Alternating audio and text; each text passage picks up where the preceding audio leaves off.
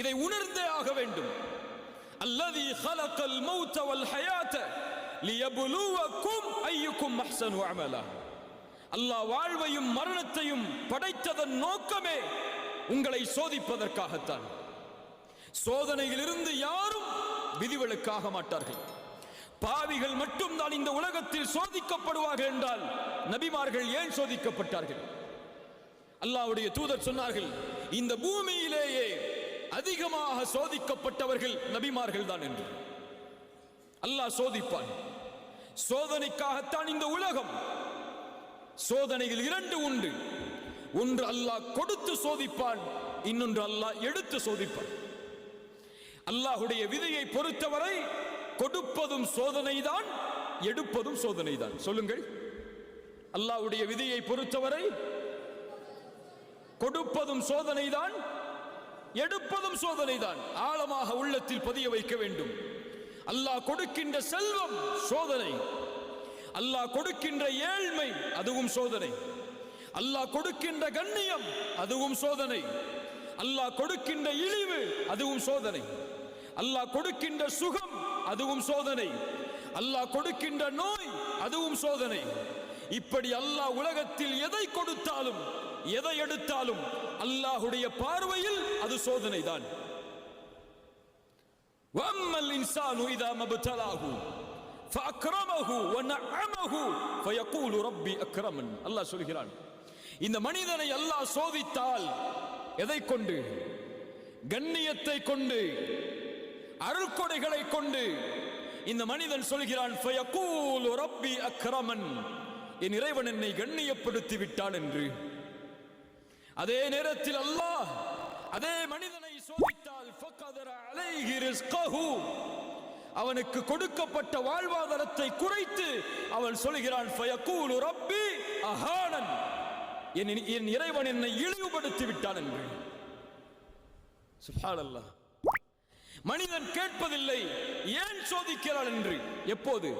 செல்வம் கிடைக்கும் போதோ, கண்ணியம் கிடைக்கும் போதோ, பதவி கிடைக்கும் போதோ, அல்லாஹ் அருட்கொடைகளை கொடுக்கும் போதோ அவன் கேட்க மாட்டான், ஏன் அல்லாஹ் எனக்கு இதை கொடுக்கிறான் என்று. கேட்பானா? கேட்பானா? எப்போது கேட்பான்? காசு குறைந்து விட்டால், சம்பளம் குறைந்து விட்டால், மருத்துவமனையில் அனுமதிக்கப்பட்டு விட்டால், உறவினர் யாராவது மரணித்து விட்டால் அவன் கேட்பான், ஏன் அல்லாஹ் எனக்கு மட்டும் இதை செய்கிறான் என்று. மனிதா, உனக்கு அல்லாஹ் கொடுத்தானே அதுவும் அதுபோல்தான், அல்லாஹ் எடுத்தானே அதுவும் அதுபோல்தான். இந்த இரண்டு நிலையிலும் நீ எப்படி நடக்கிறாய் என்பதை அல்லாஹ் பார்க்க விரும்புகிறான். கொடுக்கும் போது அல்லாஹ்விற்கு நன்றி செலுத்துகிறாயா, எடுக்கும் போதும் அல்லாஹ்விற்கு நன்றி செலுத்துகிறாயா என்று அல்லாஹ் பார்க்க விரும்புகிறான். நபி யூசுப் அலைஹிஸ்ஸலாம் அவர்களுடைய வாழ்வை கவனியுங்கள். எல்லாம் கொடுக்கப்பட்டது நபி யூசுஃபுக்கு. ஆரம்ப காலத்தில் யார் அவர்கள்? நபியுடைய மகன், நபியுடைய மகன், நபியுடைய மகன் இப்ராஹிம் அலைஹிஸ்ஸலாம். அவர்களுடைய மகன் யார்? இஸ்ஹாக். அவர்களுடைய மகன் யார்? யாக்கூப். யாக்கூபுடைய மகன் யார்? யூசுப். சுப்ஹானல்லாஹ். அல் கரீம் இப்னு கரீம் இப்னு கரீம் இப்னுல் கரீம். அல்லாஹ்வுடைய தூதர் சொல்வார்கள், கண்ணியமானவரின் மகன் கண்ணியமானவர், கண்ணியமானவரின் மகன் கண்ணியமானவர், கண்ணியமானவரின் மகன் நபி யூசுப் என்று சொல்வார். நபிமார்களின் வம்சத்தில் பிறக்கிறார். ஒரு நபியின் குழந்தையாக இவ்வளவு பெரிய அருட்கொடை. 11 சகோதரர்கள் தனக்கு. தந்தையின் நேசம் தன் மீது, அழகான குணத்தோடு, அழகோடு. என்ன அழகு! ரசூலுல்லாஹி ஸல்லல்லாஹு அலைஹி வஸல்லம் சொன்னார்கள், மிஅராஜுடைய பயணத்தில் நபி யூசுஃபை நான் பார்த்தேன். அல்லாஹ் அவன் படைத்த அழகில் பாதியை நபி யூசுஃபுக்கு கொடுத்திருந்தார். அவ்வளவு அழகு. அந்த அழகை அல்லாஹ் கொடுத்தான். குடும்பத்தை கொடுத்தால், கண்ணியத்தை கொடுத்தால், கொடுத்ததை அல்லாஹ் கொஞ்சம் கொஞ்சமாக அவர்களிடமிருந்து நீக்குகிறான். எந்த குடும்ப உறவு, எந்த நபியின் மகன் என்பது அவர்களுக்கு அல்லாஹ் கொடுத்த அருட்கொடையோ அந்த தந்தையை விட்டு அல்லாஹ் பிரித்தார் நபி யூசுஃபை. சகோதரர்களுடைய நேசத்திற்கு ஏங்கினார்கள், பிரித்தார் அல்லாஹ். கிணற்றில் தூக்கி வீசப்பட்டார்கள். ஒரு நபி கிணற்றில் வரக்கூடிய வழிப்போக்கர்கள், வியாபாரிகள் இவர்களை சந்தையில் விற்போம் என்று சகோதரர்களிடத்திலே விலை பேசி ஒரு அற்ப கிரயத்திற்கு, மதிப்பில்லாத காசிற்கு நபி யூசுப் சகோதரர்களாலே விற்கப்படுகிறார். அவர்களுடைய கண்களுக்கு முன்னால். ஒரு குழந்தை எப்படி ஏற்றுக்கொள்ளும்? மிஸ்ருக்கு அழைத்து செல்லப்பட்டு சந்தையில் ஒரு நபி அடிமையாக விற்கப்படுகிறார். இந்த அடிமையை விலைக்கு வாங்குபவர் யார் என்று அல்லாஹ் ரப்புல் ஆலமீன் ஒரு அரசவையில் மந்திரியாக இருக்கக்கூடியவருக்கு வாய்ப்பை கொடுக்கிறான் நபி யூசுஃபை வளர்ப்பதற்கு. மனைவியிடத்திலே கொண்டு சென்று சொன்னார்கள், இவரை கண்ணியப்படுத்துவோம், எமக்கு வேலையாளாக பயன்படுத்துவோம், எம்முடைய மகனாக கூடியவர்களை வளர்ப்போம் என்று தன்னுடைய மனைவிக்கு அறிமுகப்படுத்தி யூசுஃபை தன்னுடைய வீட்டில் சேர்த்தார்கள். எந்த வீட்டில் நபி யூசுப் சேர்க்கப்பட்டாரோ அந்த வீட்டிலேயே, அந்த பெண்ணாலேயே அல்லாஹ் சோதித்தான். தவறான இச்சைக்காக அழைக்கப்பட்டார். நீண்ட நெடிய சம்பவம். அதற்கு பிறகு சில நாட்களுக்கு பிறகு மீண்டும் சம்மதிக்காததால் சிறையில் நபியை அல்லாஹ் தள்ளினான். ஒரு சிறைச்சாலையில் ஒரு நபி பல ஆண்டுகள் உதவி கேட்டும் மறுக்கப்பட்டது. அதற்கு பிறகு அல்லாஹ் ரப்புல் ஆலமீன் பல வழிகளில் நபி யூசுஃபை சோதித்தான். மீண்டும் அல்லாஹ் கண்ணியத்தை கொடுத்தான். இழந்ததை மீண்டும் கொடுத்தான். அந்த அரசவையிலேயே ஒரு அமைச்சராக ஆகக்கூடிய வாய்ப்பு. எந்த சகோதரர்கள் விரட்டினார்களோ அந்த சகோதரர்களை உதவிக்காக கையேந்தி அவர்களுக்கு முன்னால் நிற்கும்படி அல்லாஹ்க்கினான். இப்படி எல்லா சோதனைகளையும் அல்லாஹ் நபி யூசுஃபுக்கு கொடுத்தான். இந்த எந்த சோதனையிலும் நபி யூசுப் அலைஹிஸ்ஸலாம் ஏன் அல்லாஹ் எனக்கு இதை செய்கிறான் என்று கேட்கவில்லை. ஏன்? இது அல்லாஹ் படைத்த உலகம், இது அவனுடைய விதியின்படி இயங்கக்கூடிய உலகம். இதில் எதை அவன் நாடுகிறானோ அதை செய்வான், எதை அவன் நாடவில்லையோ அதை செய்ய மாட்டான். அதில் ஏன் என்று கேட்கக்கூடிய உரிமை இந்த உலகத்தில் படைக்கப்பட்ட எந்த படைப்பிற்கும் கிடையாது. அதே வாழ்க்கை நபியை ஒப்பிடுங்கள். முஹம்மது ரசூலுல்லாஹ் ஸல்லல்லாஹு அலைஹி வஸல்லம் கண்ணியத்தோடு வாழ்ந்தவர்கள். மக்காவுடைய வீதிகளில் 40 ஆண்டுகளுக்கு பிறகு நபித்துவத்தை வெளிப்படுத்தியவுடன் சோதனை ஆரம்பிக்கிறது. பெற்ற கண்ணியம் இழக்கப்படுகிறது. சேர்த்து வாழ்ந்த உறவுகள் வெறுக்கிறார்கள், ஊரை விட்டு ஒதுக்கி வைக்கிறார்கள். பசியால், வறுமையால் நபி வாடுகிறார்கள். அபூ தாலிபின் மரணம், ஹதீஜா ரலியல்லாஹு அன்ஹா அவர்களுடைய மரணம், அதைவிட மேல் அல்லாஹ்வுடைய தூதருக்கு 7 குழந்தைகள். 7 குழந்தைகள். அந்த 7 குழந்தைகளில் அல்லாஹ்வுடைய தூதர் உயிரோடு வாழும் போது 6 குழந்தைகளும் மரணம். 6 குழந்தையையும் ரசூலுல்லாஹ் கபூரில் இறங்கி தன்னுடைய கரத்தால் அடக்கம் செய்திருக்கிறார்.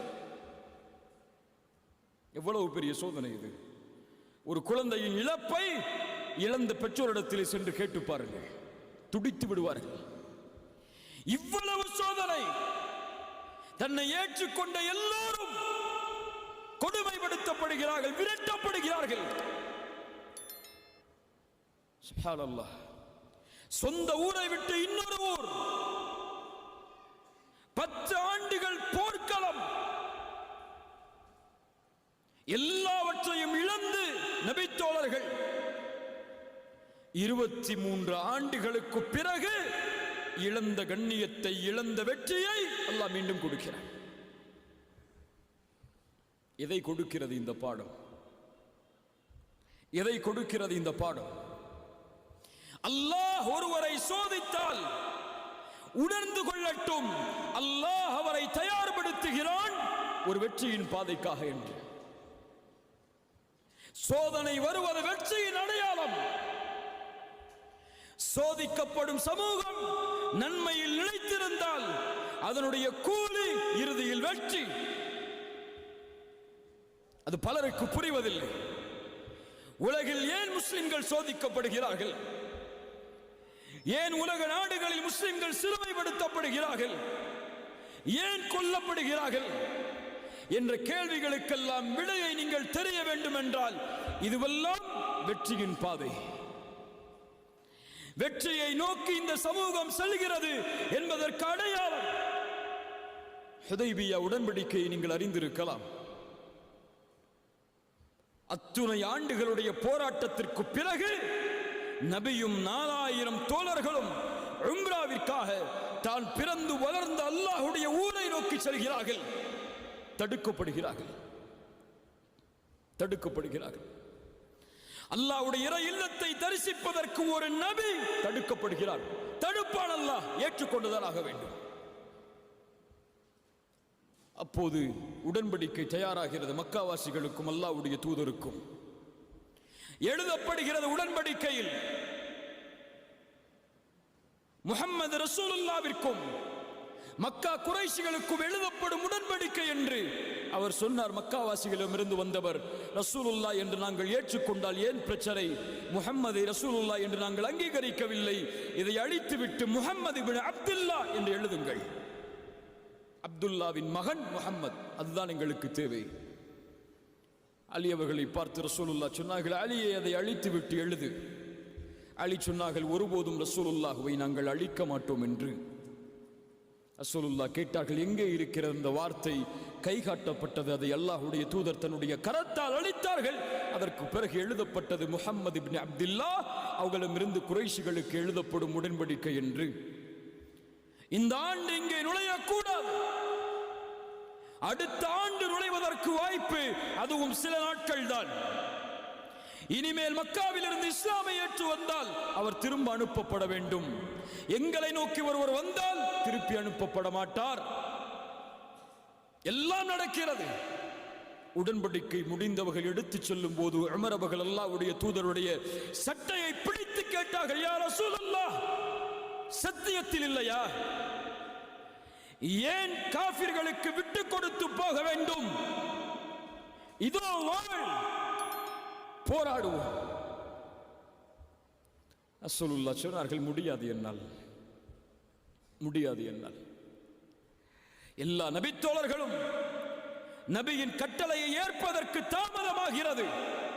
ரசூலுல்லாஹ் சொன்னார்கள் அல்லாஹ்வை பார்த்து, யா அல்லாஹ், இவர்கள் எல்லோரும் என் மீது கோபித்தாலும் நீ என் மீது கோபத்தோடு இல்லை என்றால் அதை பற்றி எந்த கவலையும் எனக்கு இல்லை. சுப்ஹானல்லாஹ். உமர் அவர்கள் திரும்ப செல்லும் போது அல்லாஹ் வசனத்தை இறக்குகிறான் மக்கா மதீனாவை நோக்கி. அந்த மக்காவுடைய அந்த சோதனைக்கு பிறகு இன்னா ஃபதஹ்னா லக ஃபத்ஹம் முபீனா, அல்லாஹ் தெளிவான வெற்றியை நபியே உங்களுக்கு அளிப்பான். ஹுதைபியா உடன்படிக்கையில் தாழ்வோடு திரும்பிச் செல்கிறார்கள். அல்லாஹ் வெற்றியின் வசனத்தை இறக்குகிறான். உமர் அவர்கள் ஓடி வந்து கேட்டார்கள், ஃபத்ஹுன் ஹுவ, அல்லாஹ்வுடைய தூதரை நடந்த உடன்படிக்கை வெற்றியா? ஆம். இந்த சோதனைக்கு அல்லாஹ் கொடுக்கக்கூடிய பரிசு அடுத்த ஆண்டு நுழைவோம் மக்காவை சொந்தமாக்குவதற்கு. உம்ராவிற்காக செல்லுகிறீர்களே, இது போதாது நபியே, இன்னும் சோதனை இருக்கிறது, அதை ஏற்றுக்கொள்ளுங்கள். அல்லாஹ் இந்த 2 ஹரமுடைய ஹலீஃபாவாக உங்களை மாற்றுவார். இதைத்தான் நபி யூசுஃபின் வரலாறும் எமக்கு பாடத்தை கொடுக்கிறது. இன்றே வெற்றி வர வேண்டும், இன்றே சோதனை நீங்க வேண்டும், இன்றே பிரச்சனை நீங்க வேண்டும் என்று ஒருவன் நினைத்தால் நடக்காது. நபி நூஹ் தன்னோடு சில நபர்களை சேர்ப்பதற்கு, ஈமானை ஏற்றுக்கொண்டவர்களாக ஆக்குவதற்கு அவர்களுக்கு தேவைப்பட்ட ஆண்டு 950 ஆண்டு காலம். நபி மூசா ஃபிரௌனுடைய சோதனையிலிருந்து தப்பிப்பதற்கு அவர்கள் எடுத்துக்கொண்ட முயற்சி, அந்த முயற்சியின் வெற்றி அவர்களுடைய மரணம் வரை நீடித்தது. இப்ராஹிம் சோதிக்கவில்லையா அல்லாஹ்வுடைய நண்பரை? அல்லாஹ் நெருப்பு குண்டத்தில் வீச வைத்து சோதித்தான். மனைவியை இன்னொரு அரசன் தீண்டக்கூடிய அளவிற்கு சோதித்தான். தன் மகனையும் தன் மனைவியையும் மக்காவில் விட்டுவிட்டு திரும்ப வாருங்கள் என்று கட்டளையிட்டான். தான் பெற்ற மகளை இப்ராஹிமே உன் கரத்தால் அறு என்று அல்லாஹ் கட்டளையிட்டான். இத்துணை சோதனைகளுக்கு பிறகுதான் அல்லாஹ் ரப்புல் ஆலமீன் இப்ராஹிமுடைய சந்ததிகளை மக்காவில் வாழ வைத்தான். நபிக்கு மக்காவின் வெற்றியை உணர்வதற்கு 23 ஆண்டு காலம் தேவைப்பட்டது. 21 அல்லது 22 ஆண்டு காலங்கள். அதுபோல்தான் கண்ணியத்துக்குரியவர்களே, இந்த 20 வயதில் சோதனையா, 24 வயதில் சோதனையா, இந்த வயதில் ஏழ்மையா, இந்த வயதில் எதை தொட்டாலும் வெற்றி இல்லையா? கவலைப்படாதே, முயற்சியில் தொடர்ந்திரு. அல்லாஹ் ரப்புல் ஆலமீன் உனக்கென்று ஒரு நியதியை வைத்திருப்பான். பொறுமையோடு அல்லாஹ்வின் மீது நம்பிக்கை கொண்டிருந்தால், பாவங்களை விட்டு விடுபட்டிருந்தால், நீ எண்ணி பார்க்காத வெற்றியை அல்லாஹ் தருவான். فإن مع العسر يسرا إن مع العسر يسرا. துன்பத்தோடு இன்பம் வரும், நமக்கு தெரியாது. துன்பத்தோடு இன்பம் வரும். அந்த துன்பத்தை சகித்தால், அந்த கதரை ஏற்றுக்கொண்டால், அல்லாஹ்வுடைய விதி, இதை நான் பொருந்திக் கொள்கிறேன், ஆனால் அல்லாஹ் எனக்கு கொடுத்த வாய்ப்பு, முயற்சி, அதை ஒருபோதும் நான் கைவிட மாட்டேன் என்று அவனுடைய பாதையில் நிலைத்திருந்தால், அது